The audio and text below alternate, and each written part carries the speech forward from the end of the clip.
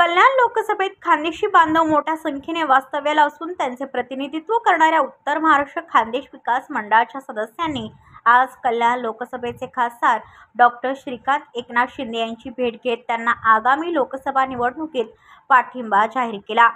कल्याण लोकसभेत जवळपास 8 ते 10 हजार खानदेशी कुटुंबे वास्तव्याला आहेत।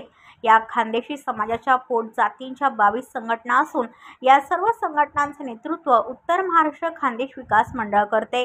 या मंडळाचे अध्यक्ष विकास पाटील यांनी शिष्टमंडळासह खासदार डॉक्टर श्रीकांत एकनाथ शिंदे यांची डोंबिवलीत भेट घेत त्यांना आगामी निवडणुकीसाठी पाठिंबा जाहीर केला। यावेळी खानदेश भवन उभारणे तसेच मुंबई भुसावळ रेल्वे गाड्या सुरू करणे अशा काही प्रमुख मुद्द्यांवर चर्चा झाली।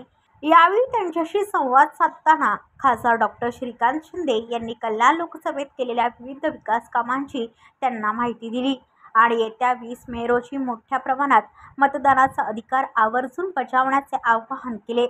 याप्रसंगी उत्तर महाराष्ट्र खानदेश विकास मंडळाचे अध्यक्ष विकास पाटील, APG पाटील, नाना सूर्यवंशी, सुनील चौधरी, रवी पाटील, मगन सूर्यवंशी, अनिरुद्ध चव्हाण, लालचंद पाटील, श्री इंगळे, उज्ज्वला पाटील यांच्यासह भाजपाचे कल्याण लोकसभा निरीक्षक शशिकांत कांबळे, शिवसेना उपजिल्हा प्रमुख राजेश कदम, शहर प्रमुख राजेश मोरे यांच्यासह खानदेशी बांधव उपस्थित होते।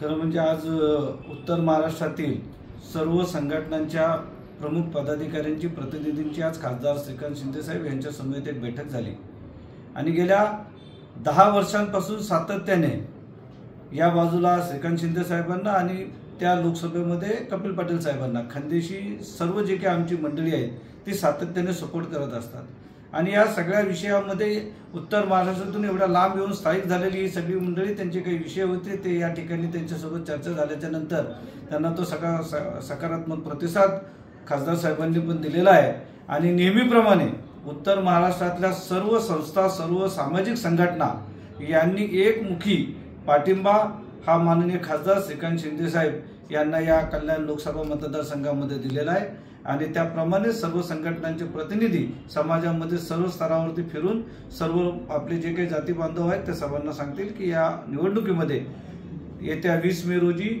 श्रीकांत शिंदे यांना धनुष्यबाण या निशाणीवरती मतदान करून त्यांना या ठिकाणी नरेंद्रभाई मोदींना पंतप्रधान करण्यासाठी पुन्हा एकदा प्रचंड बहुमतांनी निवडून द्यायचे।